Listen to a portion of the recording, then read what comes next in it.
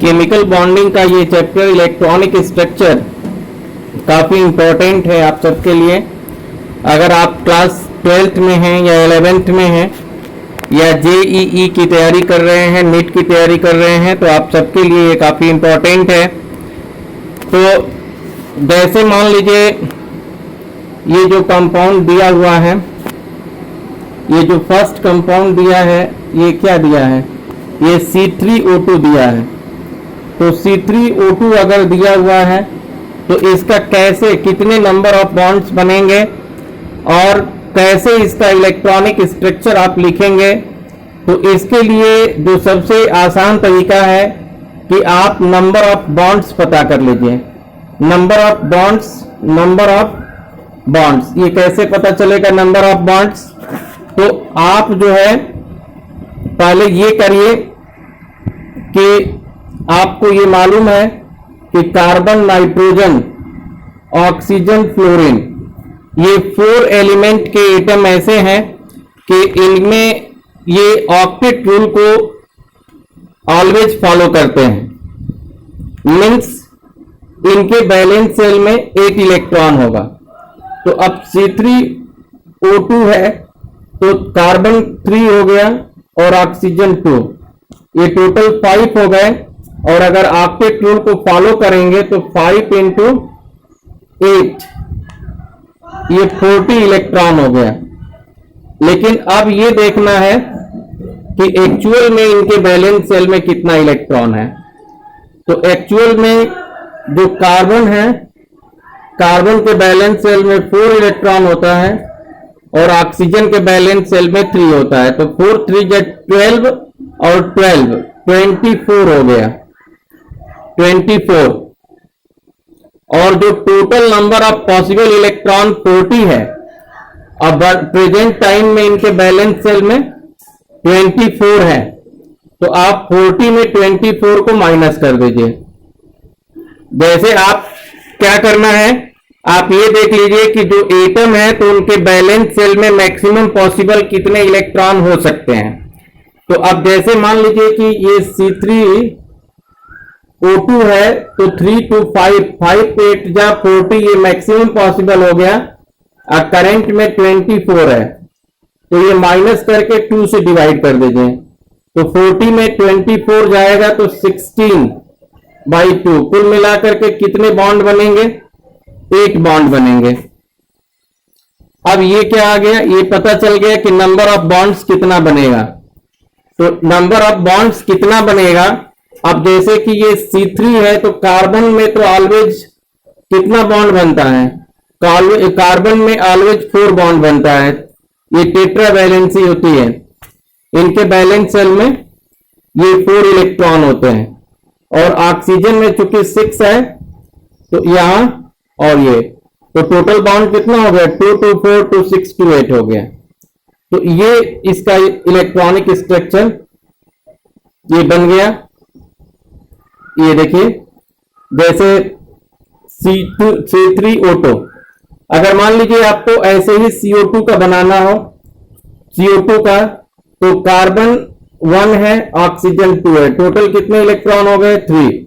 अब मैक्सिमम कितना चाहिए, तो 8 चाहिए इनके बैलेंस सेल में, तो ये हो गए 24। लेकिन एक्चुअल में कितना है, तो कार्बन के बैलेंस सेल में, ये कार्बन के बैलेंस सेल, ये CO2 है तो कार्बन में कितना होना चाहिए, मैक्सिमम 8 होना चाहिए। और ऑक्सीजन में ये 2 into 8 यानी कि मैक्सिमम 24 होना चाहिए। और एक्चुअल में है कितना, तो कार्बन में 4 है और ऑक्सीजन में 2 into 6 12 है, तो ये 16 है। अब 16 में 24 में 16 को माइनस कर देंगे। 24 में 16 को माइनस करके 2 से आप क्या करेंगे, ये डिवाइड कर देंगे तो कितना आ जाएगा, 8, ये 4 आ जाएगा। ठीक है, ये सबको समझ में आ रहा है कि नहीं आ रहा है। जैसे मैक्सिमम पॉसिबल ये 24 होना चाहिए, लेकिन एक्चुअल में इनके बैलेंस सेल में कितना है, 16 है। कार्बन का जो, जैसे एक बार फिर समझिए, ये CO2 है तो कार्बन का एटॉमिक नंबर 6 होता है, और 2 4 इनके बैलेंस सेल में, आउटर सेल में 4 इलेक्ट्रॉन आया। ऑक्सीजन का 8 होता है तो 2 6 इनके बैलेंस सेल में 6 इलेक्ट्रॉन आया और टोटल हो गया 24। एक्चुअल में होना चाहिए कितना, 3 एटम है तो 20 ये 4 ये 24 तो टोटल होना चाहिए। एक्चुअल में कितना है, तो एक्चुअल में है 4 और 12 16, तो इसी को माइनस करके 2 से डिवाइड कर देना है तो ये आ जाएगा 4 आ जाएगा। तो CO2 का अगर नंबर ऑफ बॉन्ड ये 4 आ जाएगा, CO2 तो अब नंबर ऑफ बॉन्ड 4 आ जाएगा तो ये इस तरह से इसका बॉन्ड बनता है। उसी तरह से जैसे कुछ और इजी कंपाउंड लेके बताते हैं, फिर आपको ये बड़े बड़े स्ट्रक्चर भी क्लियर हो जाएंगे। जैसे ये H2O है, H2O, तो अब H2O में हाइड्रोजन में मैक्सिमम 2 इलेक्ट्रॉन होना चाहिए। अब 2 हाइड्रोजन एटम है तो ये 4 हो गया। ऑक्सीजन में मैक्सिमम 8 होना चाहिए तो टोटल हो गया 12। लेकिन एक्चुअल में कितना है, तो हाइड्रोजन में 1 है और 2 हाइड्रोजन है तो 2 है। ऑक्सीजन में एक्चुअल में बैलेंस सेल में 6 है तो ये 8 है। अब 12 में 8 घटा देंगे तो कितना आ जाएगा, 4 आ जाएगा। अब 4 में 2 से डिवाइड कर देंगे तो 2, माने नंबर ऑफ बॉन्ड इसमें 2 बनेगा। इसी तरह से और भी एक सिंपल कंपाउंड लेते हैं, जैसे NH3 है, NH3, तो NH3 में आप जब देखेंगे तो NH3 में कितना इलेक्ट्रॉन है, कितना इलेक्ट्रॉन मैक्सिमम होना चाहिए, तो नाइट्रोजन में 8 होना चाहिए और हाइड्रोजन में 2 होना चाहिए, यानी कि 3 है तो 3 2 6 14 हो जाएगा।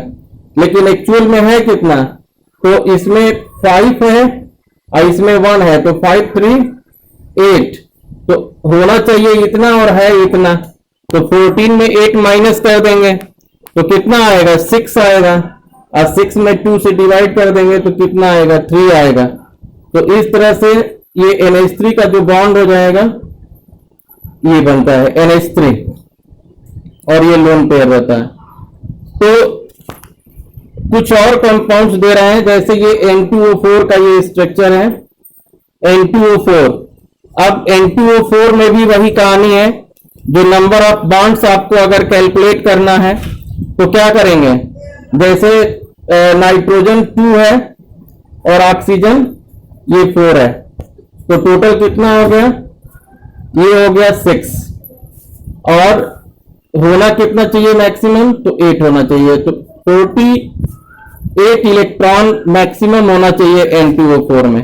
लेकिन एक्चुअल में है कितना, तो नाइट्रोजन में 5 होता है और ऑक्सीजन में, ये ऑक्सीजन में 6 होता है, 6, तो ये 6 4 जा 24 और 10 34। अब क्या करेंगे कि 48 में आप 34 घटा के 2 से डिवाइड कर देंगे तो कितना आ जाएगा, ये आपका आ गया 14/2 7 आ गया।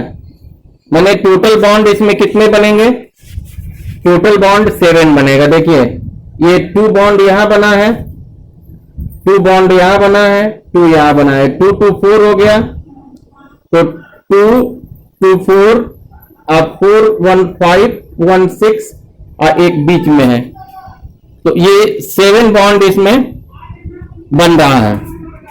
इसी तरह से आप किसी भी कंपाउंड में अगर चेक करेंगे तो उतना ही बॉन्ड बनेगा। ये आप देखिए ये इनऑर्गेनिक बेंजीन, इनऑर्गेनिक बेंजीन आपके लिए बिल्कुल न्यू कंपाउंड है। बेंजीन का स्ट्रक्चर क्या होता है, बेंजीन का स्ट्रक्चर ये होता है,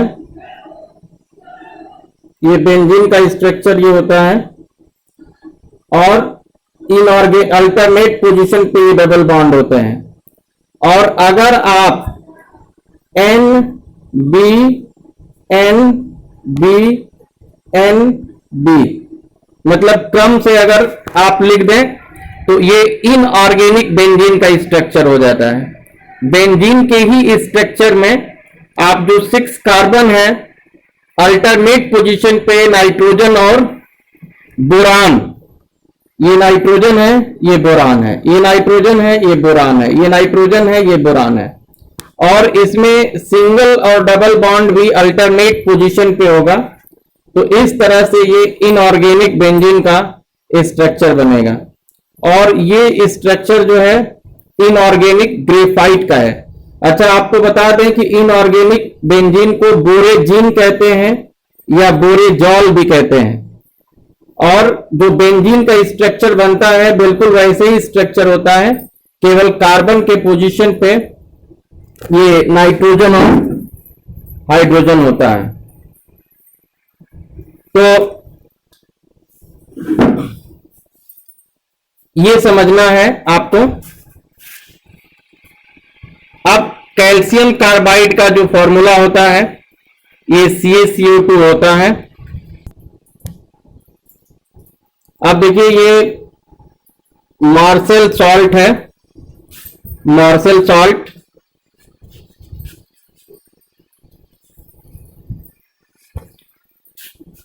और ये मार्सेल एसिड, मार्सेल एसिड का फॉर्मूला होता है ये peroxo di sulphuric acid, peroxo di sulphuric acid. और इसमें जो हाइड्रोजन है, हाइड्रोजन 2 है, सल्फर, सल्फर कितना है, सल्फर भी 2 है, और ऑक्सीजन कितना है, तो ये 8 है। तो इसमें चूंकि परऑक्साइड बॉन्ड बनता है इसीलिए इसको पराक्सो डाई सल्फ्यूरिक एसिड कहते हैं।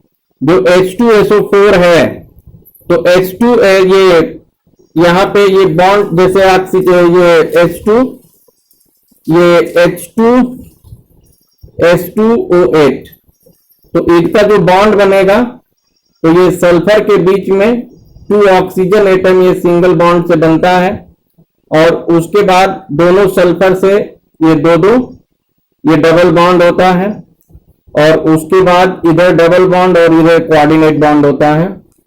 तो देखिए नंबर ऑफ बॉन्ड्स अगर आप देखेंगे तो नंबर ऑफ जो बॉन्ड्स है ये कितना हो गया है, जो नंबर ऑफ बॉन्ड्स है ये 1 2 3 2 5 6 7 8 9 10 10 और 4 14 इसमें नंबर ऑफ बॉन्ड्स बन रहा है। तो आपको जो फॉर्मूला बताया गया था निकालने के लिए, जैसे H2H2O8, तो H2H2O8 में जो फॉर्मूला बताया गया था, तो इसमें अगर आप कैलकुलेट करना चाहते हैं तो आपके टूल के अकॉर्डिंग, जैसे हाइड्रोजन में मैक्सिमम 2 होगा, ये डुप्लीट फॉर्म करता है, तो ये 4 हो गया। और सल्फर, सल्फर यहाँ पे देखिए फास्फोरस 10 ये अपने ऑक्टेट को एक्सपेंड कर देता है, और सल्फर 12, तो ये आपका हो गया सल्फर में 12 अगर होगा मैक्सिमम ऑक्टेट को एक्सपेंड करने के बाद, तो ये 24 हो जाएगा। और ऑक्सीजन 8, यानी कि 8 ऑक्सीजन है तो 8 8 जा 64, तो ये आपका आ जाएगा ये 12 का 2 और ये 92 आ जाएगा। अब ये प्रेजेंट में इलेक्ट्रॉन कितने हैं, तो जो H2SO8 है तो इसमें हाइड्रोजन में 2 है, और सल्फर में 6 होता है तो 2 सल्फर है तो 12 हो गया, ऑक्सीजन में भी 6 होता है तो 48 हो गया। और इस तरह से ये 62 हुआ, 62। और पहले कितना हुआ था, पहले हुआ था ये आपका सल्फर, तो सल्फर में 12 तो 24, और 24 और 4 28 और 64, ये 92 हुआ था। तो 92 में आप क्या करेंगे, 62 को घटा के 2 से डिवाइड कर देंगे, तो ये कितना बचेगा, 15 आएगा, 15। तो देखिए कि 15 इसमें बॉन्ड बन रहा है। जैसे देखिए OH में 1 बॉन्ड है, फिर SO के बीच में 1 है तो 1 1 2 हो गया, 2 4 2 6 2 8 8 और 2 10 11 और 4 15 बॉन्ड देखिए पूरा बन रहा है। आप काउंट कर लीजिए, OH के बीच में भी 1 बॉन्ड है। तो इस तरह से आप किसी भी कंपाउंड में आप कर सकते हैं। अब ये देखिए, ये कैरो एसिड का फॉर्मूला है H2S2O5। ये H2SO5 है, ये H2SO5 है। ये जो फॉर्मूला है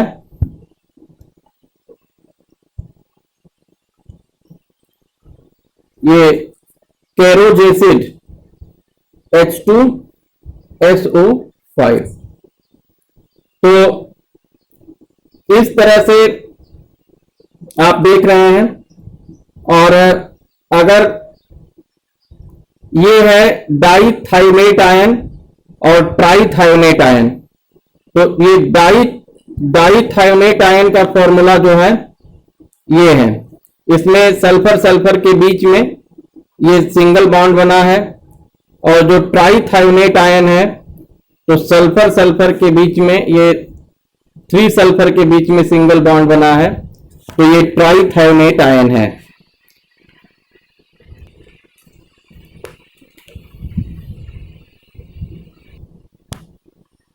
अब इसके बाद पायरोफॉस्फोरिक एसिड, ये पायरोफॉस्फोरिक एसिड है। पायरोफॉस्फोरिक एसिड का ये फॉर्मूला है। और अगर इसका मॉलिक्यूलर फॉर्मूला देखेंगे तो 1 2 3 4 हाइड्रोजन कितना हो जाएगा, 4 हो जाएगा। और फास्फोरस कितना है, ये P2 है। और ऑक्सीजन कितना है, तो 7 है। तो H4P2O7 ये किसका फॉर्मूला होगा, ये पायरोफॉस्फोरिक एसिड का फॉर्मूला होगा।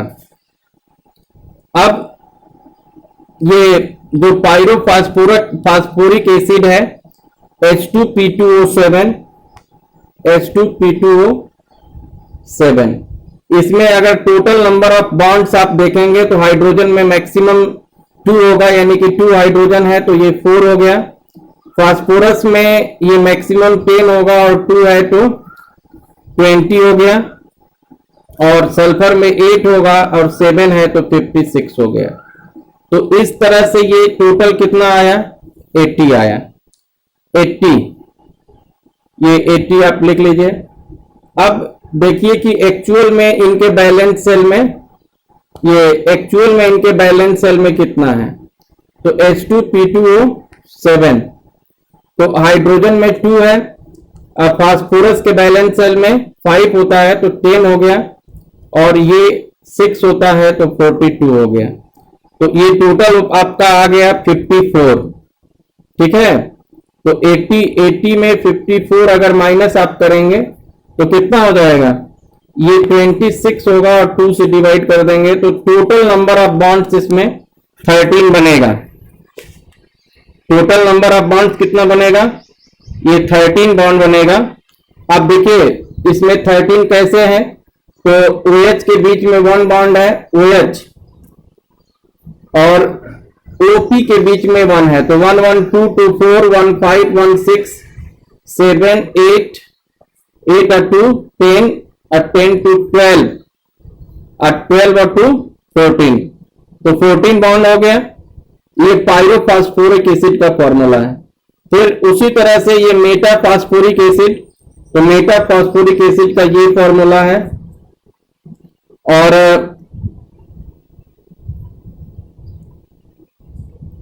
ये 3 POP बॉन्ड इसमें बना हुआ है, POP बॉन्ड बना हुआ है।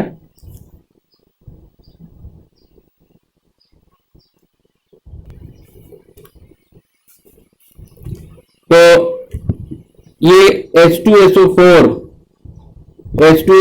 क्या है, H2SO4 ये इसको हम आयल ऑफ विट्रॉल भी कहते हैं। और इसका फॉर्मूला होता है H2SO4।